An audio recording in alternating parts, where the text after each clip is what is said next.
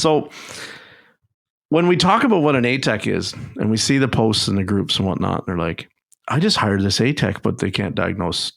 They're not living up to the expectations, I guess is what I'm trying to say. And my always challenge back is, well, what is their experience level? Where did they come from prior? And he goes, oh, he had 10 years of experience at a dealership. And I go, hand up here. Like, let's remember now that Diag method is very different than when you walk into a lot of the independent shops now. And it's like 1 minute you're working on a Mini, and then the next minute you're working on like a Power Stroke Ford diesel truck. And then the next minute you're working on a Caravan.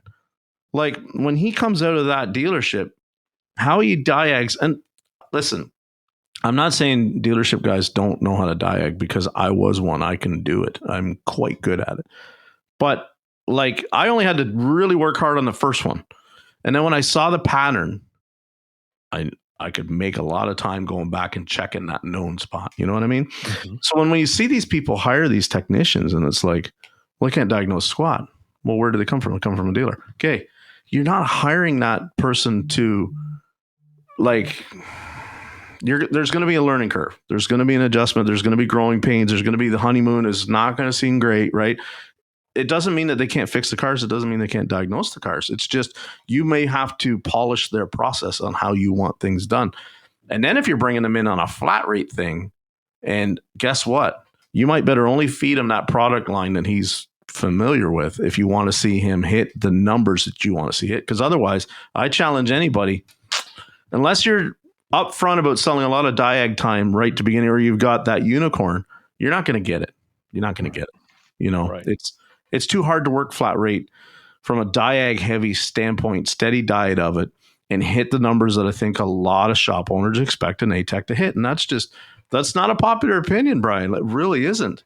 But I mean, like, I talk to a lot of techs. It's when I say there's a unicorn, we know who they are in the industry. Like they're well known, right. And they exist, but far and few. They're expensive too. Oh, yes, they are.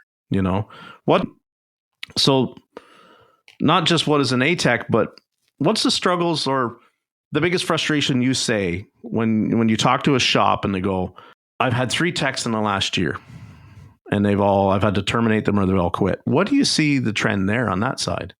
Why? A lot of it is when a candidate goes in, a technician goes in an interview, they're promising the shop owner the world. Mm-hmm. They're saying they could do all this stuff, and then, pen to paper, they couldn't do it. Yeah. I hear that almost every day. So now, is that just from an hours standpoint, or is that from no, they said they could Diag cars, but they couldn't? It's both. Yeah. It's honestly both is what I hear. Yeah. Because the hours thing, I can always understand. Like, it's like, well, I challenge, I say this all the time. I've said it.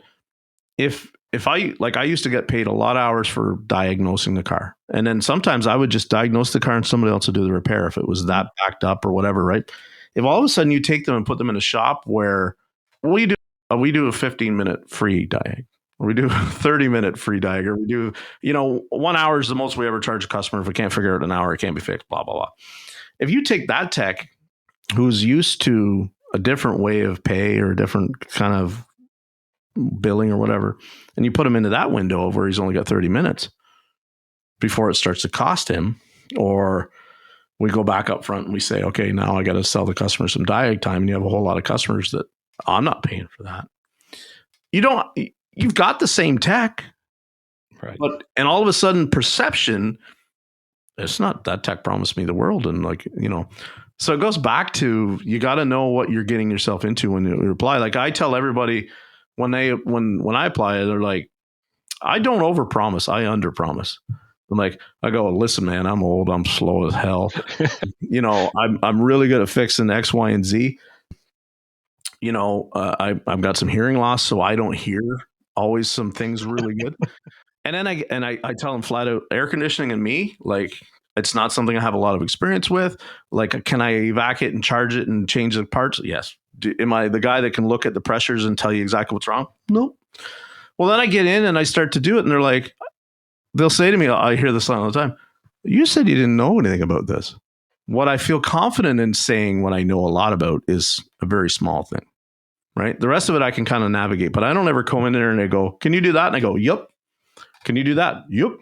That's, my level of what I think I can do it to probably what is some people's reality is different. You know what I mean? And I think that's where the Diag thing is. It's like, can you diagnose? Yeah, I hook the code reader up or I hook the scan tool up and it says an oxygen sensor code and I go under there and I change oxygen sensor. And then I come back with it's like, my thing will say, well, I've had these cars that, had no codes, but I could tell that it was doing this or it was doing that, or this was the problem by these tests that I did. That's where it's, and so what I find is I sit down now with a lot of shop owners and I say, I can rhyme off these tests that I do on every car. Some look at me and go, sweet. And other look at me and go, what are you talking about? That's a very telling thing for me because I know kind of then how you guys operate too, right? Absolutely. It's funky that way. Like I don't do transmissions. I can take them out, put them in, but I obviously I don't rebuild them. That's Jimmy Purdy's, neck expertise. Like he's the training guy. What does a shop owner really want though from a tech, an A tech? That's again going back to the productivity. How many hours can they turn? The diagnosing. That's the biggest one that we see. I mean, every time I speak with the shop, it's 5 to 10 plus years of diagnosing. Mm-hmm. If you could really hone in, one key advice for a B tech coming up, we can all change brake pads. We can pop in and out, struts, ball joints, all that. You really need to put your time and focus into the diagnostic portion of the business. That's where you're going to make your money. That's where you're going to set yourself apart from every other B or C tech out there. Mm-hmm. You want to be that unicorn, and you just really need to hone in and put your blinders on and learn diagnostic portion of it. I said that from the beginning. The only way I figured out in the dealer that I was going to be able to get away with what I got away with, and that when I say get away with, I mean like they would tolerate my attitude someday, or my idiosyncrasies, was that I had to be indispensable. Absolutely. I had to make myself where it's like, oh, he's a grouchy bugger in the morning, right? Or like, he goes to lunch and he's, he takes an hour and 15 minutes instead of an hour and, whatever. But like, my God, I can give him that car that's been back 3 times for this weird electrical thing. And he comes to me in an hour and a half and it's fixed, or I was always great. Like, and I still do it now. And they look at me like I'm nuts. Cause it's like, I'll still drag them in. Like that could have been a phone call. Like that literally could have been a picture on your phone, but I'll bring them out and I'll be like, see, here's the carpet ripped out. Here's the bad wire touching the floor pan. That's what I fix. Cause that was always important to me to show them. It's like, you're seeing a gutted car, right? And that's the level that I had to go to root it out and fix it. Sometimes I think when it's like, when we're talking to people that have never been the tech, but are now in the shop owner role hiring, I don't think they get it. You know what I mean? Like you see guys with a cab off a truck and the engine in pieces on the ground and people walk into the shop and they look like that must have exploded. Oh, that's just Monday, dude, for that guy, right? And they're like, what's even more amazing is he started at 8 and it's 11:30. Yeah. You know what I mean? Like they don't know how we do it that fast or that way. That's what sometimes I think is getting lost when we say, I want to hire that kind of tech. Well, I can pull a cab on, say, a Dodge because I've done 100 of them. If you go and give me a Ford, not that guy over there that maybe has done them, he's going to have it up in 45 minutes. I'm probably going to be about 2 hours the first time that I do it, right? Right. Especially if that network of sharing, going back to like we were talking about, the being able to share information and mentor and whatnot. Now if you've got a guy over there that has done a bunch of them and it's not dispatched to him, it's dispatched to someone else. That's what I love, the dynamic of where everybody is just like working as a team. Flat rate isn't such I got to step on his throat in order to make the hours this week. Yeah. That's the dynamic, right? If I can get it where everybody's just like helping one another, that's the true success. And I think sometimes the heavy incentivized pay plans, they're an obstacle in that. I really think it is. And it's not popular. It really isn't, because you've got coaching people that tell you, get them flat rate or get them incentivized. We got to have some skin in the game. And I look at it back and going, if it's any kind of incentivized at all, by my nature, I want all the work. Right. Absolutely. Who's not going to? Yeah. So not all the work. I mean, there's some shit jobs you could have them. right? Like if you want to work on the Euro stuff, fill your boots, man. I don't want to touch it. But no thanks. yeah, if it's like, I knew guys that were great at front end. They just wanted to do front end. And then I knew like myself and a couple of friends at the dealer, we were good at Diag and we liked doing it. So we did a lot of it. Now, back then it was still like you could sell tune-ups at 50,000 kilometers. There's still like copper plugs that would wear out. So like a misfire Diag was normally like gravy. I mean, even if it ended up being a burnt valve, it was gravy. Right. Now, Diag has become this thing I see where it's like, I barely have enough time to walk over and pull up the bulletin. There's a software fix. And then I've got to go and talk to the boss and go, do we have the equipment to be able to do this update? Or do we have to call a guy in to do it? You know what I mean? That's the other obstacle that you see a lot of time when it's like, I need a guy to do Diag. A really good friend of mine who's now a trainer for CTI, brilliant tech. He went to work for a shop owner that the shop owner was like, you're scoping everything. You don't need to. Like he thought he was completely going over the norm with what it should take to solve the problem. Mm-hmm. And he's countering with like, look at the evidence I'm giving you. And I'm fixing all the cars. But he's like, I can't have you spend that much time on each car. So it's expectations, right, Brian, that always seem to get missed, right? It's communication is so critical.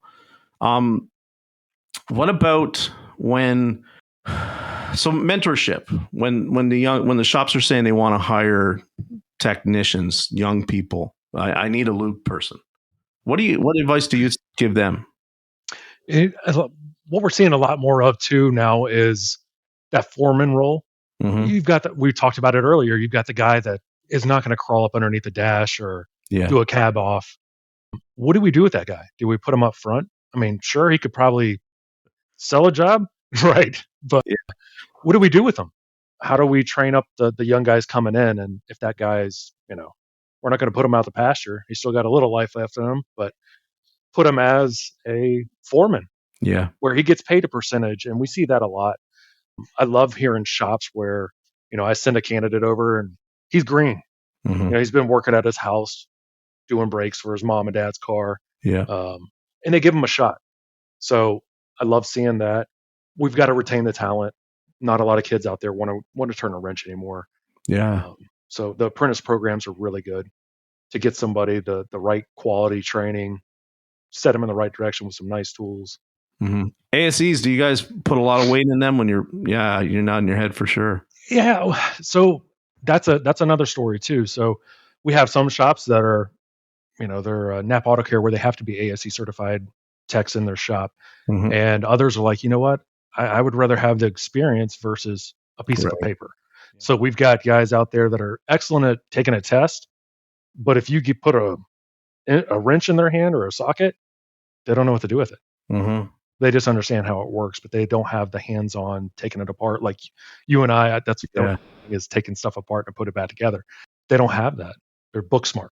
Yeah. I'm not, like I tell everybody, I'm not a genius when it comes to like, if I take the old guys used to joke, if I took a carburetor apart Monday morning and I had to put that carburetor back together on Friday afternoon, me now, I'd be screwed. And it wouldn't listen, it wouldn't matter what component it is. It could be an alternator. It could be like, I'm not built that way. My brain doesn't work that way. So I was always envious of those guys that could like take that apart, throw it all over the bench, and then come back to it like 4 days later when the parts came in and put it back together and work flawless. That's not me. Yeah. Where I was strong was always, it's like, here's a wiring problem. Go fix that. And I was awesome at that. I find the young people now, it's like I can get them to do anything and understand anything. If it's like, okay, so I want you to pull that window regulator out of that. We had a Dodge Journey last week. And before I look over like 20 minutes later, before he pulls it in, he's looking at a YouTube video on how to do it. And I'm like, part of me is like, and then the other part of me is like, he didn't break one clip. Like he knew exactly what the tools he needed. Like, and I'm just like, what a great tool. I wish I'd have had that in 1998 when I started, we didn't have like a plastic trim. Yeah. I warned him. I'm like, okay, so, this is a 2004 GMC Sierra. It's been sun baked for 20 years. It won't matter. It's going to crack. Just make them aware that it might crack before you go and crack it. Just go out and tell them that it isn't like they're still going to want it fixed. They're still going to, but just make them aware that like, hey, we may have to do some repair on this after to get it done. And they're great. Like I'm envious of the young people now that it can, but I do see it as like, if they don't have that, they don't have confidence to go forward. And I'm trying to navigate with my young people. Like, how do you do that? Right. Like okay. So there is no video of how to do this repair yet. This is a brand new car. There's no video yet. I find that it's tough for me to just, because I'm like, okay, I'm going to get in there and I'm going to pull and I'm going to do it. They're like, if they seem to lack that confidence. It's tricky. It really is. It is. They just got to dive into it sometimes, and I don't think they have the confidence, like you said. Yeah. Do you find a lot of people when they're looking to hire? Because we see the conversations happen all the time, and they're like, young people are unreliable. Young people can't be on time. Young people. Is there a lot of that? Like, there's a lot of that. There's that, preconception of that's that generation nowadays. So yeah, you think there's truth to it? I think there is, honestly. Yeah, we have a lot of people that ghost us. That don't show up for an interview, or we're working with them to find them a job, and they just disappear. And going back to that, it's just a thing now. I don't even think it's really an age thing. Right. More that I think about it, we have some older guys that, my age, 40s, and they'll just disappear on us too. So I don't know. I don't know what's going on with that. That's weird to me that they would put the effort into getting Promotive on board to help them out and then not follow through. I think the only thing I want to maybe say what could happen is we see that dynamic happen sometimes, Brian, where it's like they were ready to leave the shop, pay-wise, say, right? Yeah. Until they went to them and said, okay, this is my notice. And then all of a sudden it's like, okay, we'll give you that $2 more, you greedy old bugger, right? Like and then it just keeps cycling. We see it in the groups all the time. The best way to get a pay raise in this industry is to go turn your notice in. And that's what happens. And but my thought has always been on that. Why do I have to put my notice in for you to really know my value? Mm-hmm. Why do I have to do this? And I encourage a technician, if you're having to do that, why are you not doing that before I put a piece of paper in your hand? So yeah, and we see the talk all the time now. It's becoming more prevalent every month.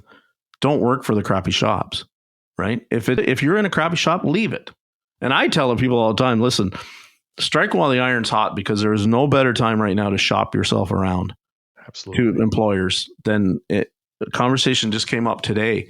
Shop owners talking about, a new hire that they have and they're struggling. And I said, like, I understand where you're coming from. And I know you personally, and you guys run a top notch facility, and, you're probably doing nothing wrong. I'm not saying that the young person is going to make it, but here's the thing. It sucks right now. You may, if you want an A-Tech, and they're self-admitted, he's an A-Tech, he can diagnose cars, but he's like everything that goes to them when he comes to them, when they go to him with a little bit of constructive criticism, becomes a dialect back and forth of like this and that and the other thing. And it starts to trigger her. And I kind of say to my friends in the background, unfortunately, you might just have to live with that for a little bit, right? Until we get ahead of this shortage problem. A-Techs they're not like 4-leaf clovers, but they're getting pretty close. You know what I mean? They really are. Yeah. And my heart breaks for both people on both sides of the argument. It really does. Cause I love this industry and I want to see everybody succeed. I mean, like, I love my shop owner. I love my boss. He's great. And I want to see him succeed. It really does. We need to understand that, like, the technicians, when we come to work every day, yeah, we come to get paid. We're coming to get a paycheck, and we want our time away from work to be able to enjoy our family and whatnot. But they genuinely want to see the shop owner succeed. Absolutely. Genuinely, 100%. It's only smart business to want to see you succeed. Like, to say otherwise is asinine. Like, I would not go to work, and I don't care if my boss is successful or not. I know that if he's not successful, I don't have a job next month. Right. So exactly. I have to apply myself. But like, it's got to be a little bit more give and take. I think sometimes, like, what makes us so effective as technicians is the ability to think broad, like, understand. So always, I keep saying, don't take every question as a challenge. Don't take every input as a challenge. Take it as it's like, I'm trying to be more effective. So in order for me more effective, we have to know, we're just by nature, we have to understand how something works before we can fix it.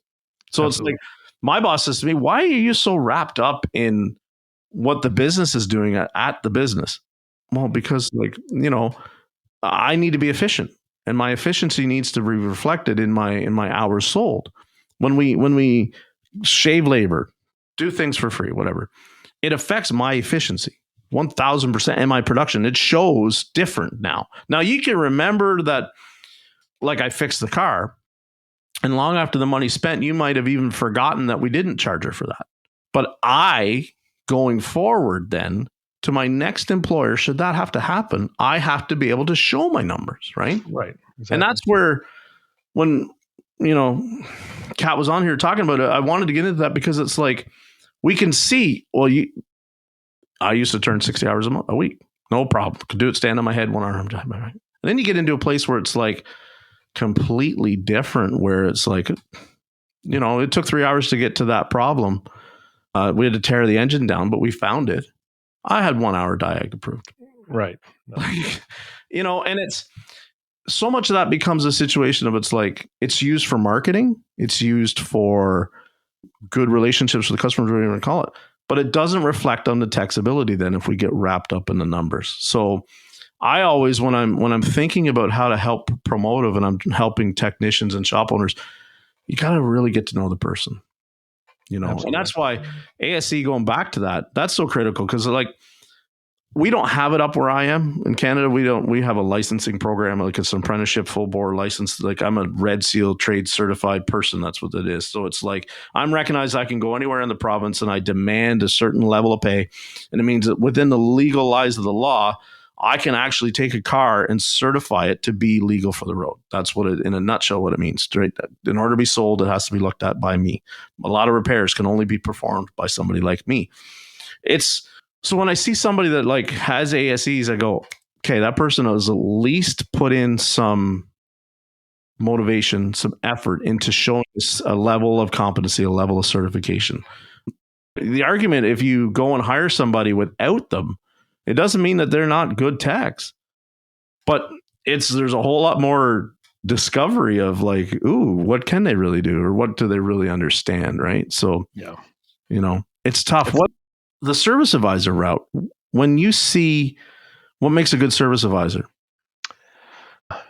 Ability to communicate well. Yeah. So I went from the shop to up front being a service advisor, and I really flourished, and I loved it. I'm a people person, and coming from that role of knowing how the vehicle works, and then actually being able to explain it in layman's terms, like I said earlier, to the customer, put it into perspective, put the ball in their court. But it's the communication and people person is really what makes you successful.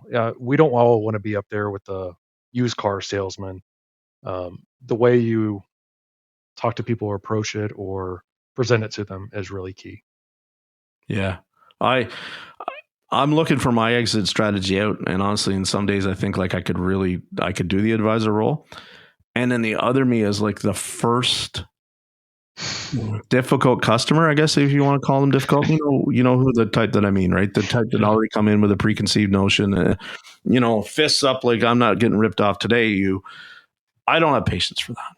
Yeah. I really don't, right? It's too hard for me I can't take 25 years of experience and value of what I've trained into myself and what I've built myself in to be able and sell that to you in 5 minutes. Right. Like, if you're already coming with a not trust attitude, I'm not your person. I'm going to take your car, and I'm going to, like, if you're tasking me with fix it, I'm going to fix it. I'm going to fix it very well. But if you come at me so how does somebody like me work on getting to that? If that is what is probably my best exit strategy, is to stay in the industry, is to work an advisor. What do I do? Is there things available to me from Promotive, or is there things available to me not Promotive that help me become better at it? Yeah. So obviously, if we're working with you, Promotive, reach out to the recruiter you've been working with. We always keep that relationship open, but put the feelers out that you want to be a service advisor. Why would you be a good service advisor? And I presented it to But shop owners before, a technician is wanting to move up front. I'm like, hey, this guy understands how A plus B works. Right. He can explain it to the customer, and he worked out great. Yeah. Communicate with your owners. Say, hey, let me try selling a job real quick.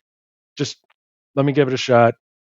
Take the customer out to the car, explain to them what's going on, be open about it. Let us know, let your owner know, and it doesn't hurt to give it a shot. So Yeah. Yeah. I've done it. I've had to step into those shoes a couple times. Now, the way it's always been traditionally for me was like, so the first ticket I sold was almost 5,000, and it was a very neglected Kia, and it was actually a friend of the family's sister. So we kind of like, I knew who she was. She knew who I was. I was the reason that she had brought her car, but she didn't understand the scope of how unsafe that car was. She knew that, okay, it had some rattles and the brakes didn't work very good, but she didn't understand that it's like, this thing's really, like I told her, I said flat out, I said, Beth, this is one of the most unsafe cars I've seen in 20 some years of working on cars, right?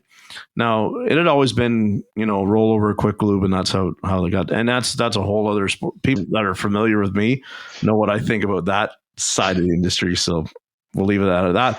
But I would, so I kind of like showed her the whole car, showed her everything that was wrong. I didn't tabulate the numbers on what it was going to cost, but it was just, so when my manager came out and said, okay, she agreed to it. And I'm like, okay. He's like, that was like almost $5,000. I'm like, wow. Like, so then I thought in my goofy head, maybe I can do that. But there's somebody that I already have a rapport with, right? Like, right. There's a familiarity.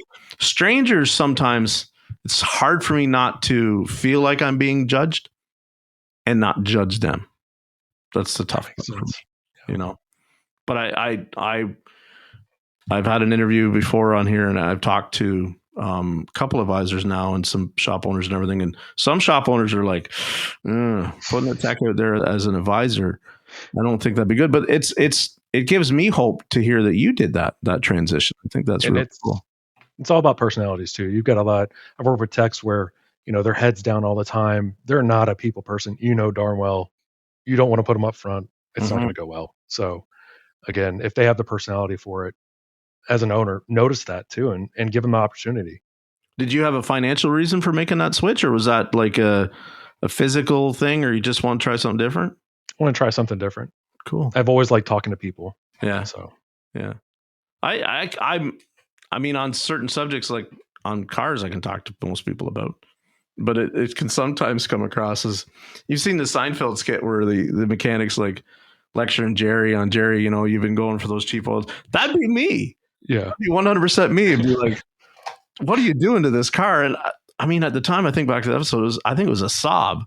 Like, so, I mean, like, I don't get that, whatever, but but I'd be that way where it'd be like, because, and I can be that way where somebody's like, they've got something blown up. It's obviously neglected, and it's hard for me sometimes to separate myself and go, well, if you'd have just done your stupid oil changes when you're supposed to, you wouldn't be sitting here with it blown up. And then you realize that if they drive in with a key, it doesn't matter, maintenance or not, it's blown up. Right. Or unfortunately, and that's where the struggle, I guess, is because I see people, we've had a lot of it lately, the economy, the way it is, they buy a used car and then they bring it in and you're like, you bought this?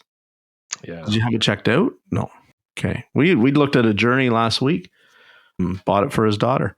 She needs a car. And that's the worst thing, because it's always like, it's a rush impulse buy because the last one, whatever, blew the engine or transmission and now they're not fixing it. And they get this Journey and I'm like, I go drive it. I'm like, okay, the tranny on this one ain't so good. And then you look the car over and it's like, I mean, it's got calipers that the flex lines are twisted on. It's got brakes that are shot. Tires are bald. Air conditioning sometimes works a little bit. Like all kinds of stuff, right? Electrical things going on. And you're like, just the safety stuff was like almost $4,000. Yeah. Just to get it safety legal for the road. That's not counting the transmission. That's not counting. And you feel bad for those people. You really do.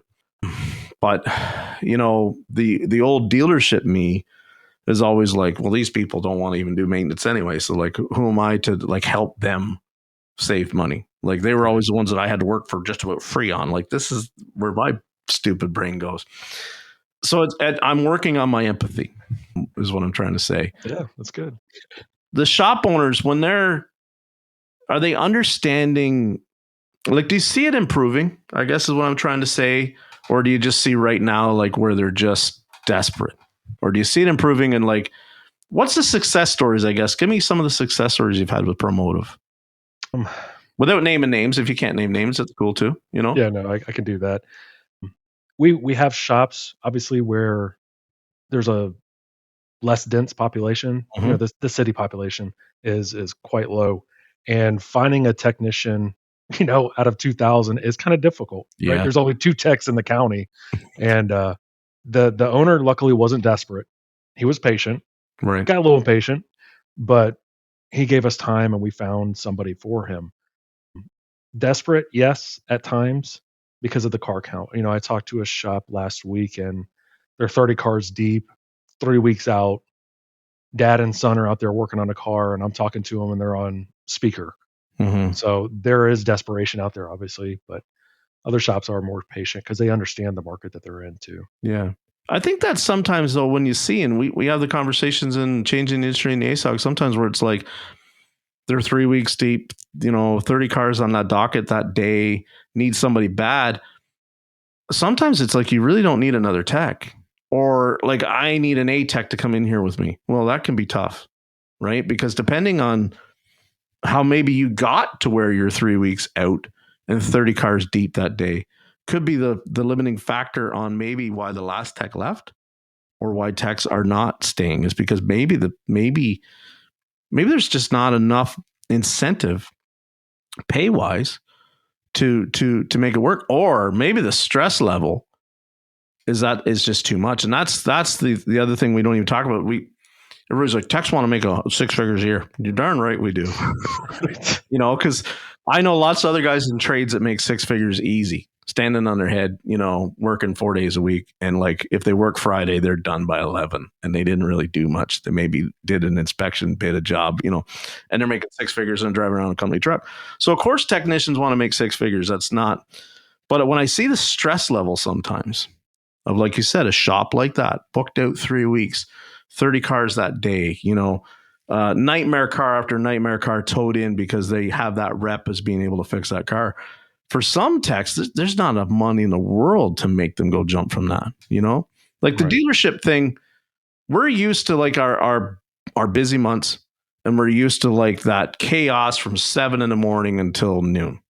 We're used to that chaos. And then after that, like the way we worked, it was like everybody dropped at 8 and picked up at 5. If you straggled in at 1:30 in the afternoon, you weren't getting looked at that day. It was just the way it was. Like, we had a drive-through oil bay, and that was it. Like, you might get there, and if it were really dead that month, like if it was January, which is slow traditionally up here, then yeah, we could get you in. We were dying to have you. We'll run out there and fist fight in the parking lot for which advisor gets that ticket, right? But the rest of the time, if we were busy, it was like you dropped off at 8 and we promised you at 5. And so when that little bit of chaos every day, I can handle that. It can be a really overwhelming opportunity for some techs when they look and they go, they're how far out? And they're running at this. And that's the thing. We start to know they're charging what in what area. Oh, that's going to be a nightmare, dude. Right? Like, this is the kind of stuff we share. How much do people that are coming to Promotive, do they have to be completely upfront, honest, or do you find that some of them are kind of like sandbagging, or, As in technicians? well, I'm thinking the shops. Yeah. They are pretty honest with me. Yeah. Spoke to one this morning, and there's some weeks we're dead. They call it like it is, and I made my notes in there. But there are times when they're busy. But the good thing about that shop was they understand there's going to be dead times, but they are going to guarantee a paycheck to that technician too, which I loved. I haven't really heard that much in the industry. So it seems to be a trend up here that's happening more and more. Like going back to COVID, when I left COVID, nobody had a guarantee. Or if they had a guarantee, it was like, okay, you're guaranteed to show up here and we're going to give you 30 hours. And if you hit only 30, we're going to have a talk. And you'd be like looking around the shop, and it was like, what did you make this week? Oh, I hit 40. But most of us hit like 32, 33, 35. So like they just seemed to staff it so that it was like they had enough so that nobody didn't have to rely on their guarantee. But like it wasn't like everybody was fruitful. Mm-hmm. Now it seems they're like, okay, you're going to be here 40 hours a week. You got your 40-hour guarantee. You're going to be flat rate, which means that we want you to hustle to try and hit 50. But here's the rub. If there's no work, you still have to be here. And that for me, I can't work that method because it's like, it really messes with my attitude if I'm standing there like this in the toolbox and there's no work. That really, because even with the guarantee, man, I'm like, if it's nice out, I want to be fishing. I want to be outside. Right. I want to be, and if it's even not nice out, it's like, I'm thinking, I'm going to go home and work on my resume. Because it's like, even if it's paying good, I want to be busy. Right. Makes the time go by faster. Yeah. That's the struggle I see. So I've seen that since COVID is like a lot of the places have ponied up and got that guarantee that matches. Like, if you're in the building, we're going to have you here. Yeah. I've seen a lot more of that too now. And the difference between when I was in the shop to now, the pay plans are, there's hybrid ones out there. There's productivity bonuses, which is great. Trying to push that technician to do more, turn more hours. Yeah. So in closing, what's your one piece of advice that you give to a shop owner? And what's your one piece of advice to give to a technician that makes this relationship work better to finding each other? I know it's a good question, eh? That's a good one. For the shop, I would say patience. Okay. Your expectations are here, but your patience need to be here too. Mm-hmm. So we're going to find you that A tech. It's not going to happen overnight. As you said, it's like a 4-leaf clover. Yeah. Just patience. We can find somebody tomorrow that's a lube tech, right? Mm-hmm. We're not going to go there. But if they're wanting that A tech, just be patient. Technicians, know your numbers, right? So knowing your numbers is another tool to put in your toolbox. I wanted to mention that earlier. Having that is like having an impact wrench. Knowing your stuff, being able to present that to your owner or potential, new employer, that's a huge tool. And don't ever think you know it all. Yeah, no. I've compared being a technician to being a medical doctor. I mean, look at the cardiovascular system in a human body versus a wiring diagram, and a wiring harness in a car. Mm-hmm. That's what it looks like. Yeah. So continue to learn, be humble, and just be open to learning and keeping up with the trends because it's continuously changing. I'll counter with the shop owners that are thinking about reaching out to find another tech. I'm going to make this challenge. Before you think about reaching out to find another tech, think about, have you done everything that you can do for the tech that you have? Have you provided them with every training opportunity that they need? Have you looked at how, if the cultures are not aligning, why is that? Now, I'm not excusing, like, if they're just tardy, if they're unreliable, if they're, all about the dollar and they're butchering cars up. I'm not here to defend that guy, not at all, or gal. Don't take it that way.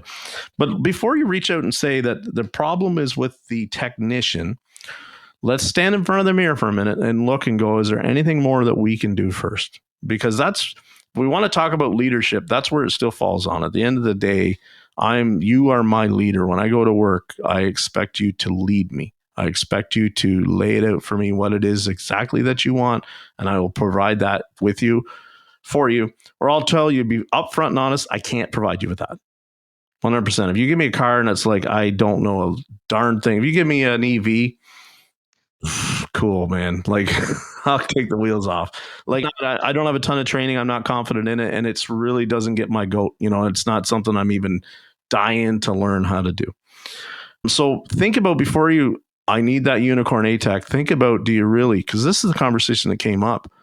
A lot of people counter with, I need an ATAC. And it's like, no, what you really need is to think about the jobs that you're booking in. Are they really fruitful enough to justify the expense of what that ATEC is going to be? Because if you can't keep an ATEC fed with ATEC work, you've got a very expensive BTEC. right? Yeah. And that's something that even a lot of people don't want to hear that reality either. If you break down the numbers of what you need an ATEC for, you really don't need an ATEC. You need to stop saying yes to that type of work. And then I'll say this, I'll counter with the technicians, kind of what Brian said.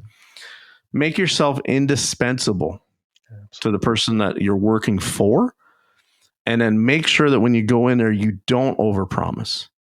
And then like you want them to be pleasantly surprised with what they go, wow. You kind of like, there's nothing better, no better feeling than it's like, you know, I've seen it. I've talked to shop owners like, I just hired him, but like he's been killing it his first 3 months. I just bumped him 4 hours, didn't even tell him. Just put on the pay. Like nothing makes somebody feel better. And I'm not $4 is it's not a, don't think it has to be that to me. Anything at all. It could be come along and pat on the back and go, wow, we're really impressed. We didn't expect you were going to be at the level that you're at when you came to us. Nothing makes a tech better, makes them feel better than that. It's not about the hours, it's not about the time. So that's something to take away, both both sides of this equation. Something to take away. That's, you know, I hate where we are in the industry for a shortage. I really do. It breaks my heart to see, you know, we're all to blame for it. Technicians are to blame for it. Shop owners, the way we've done, we're reaping what we sowed.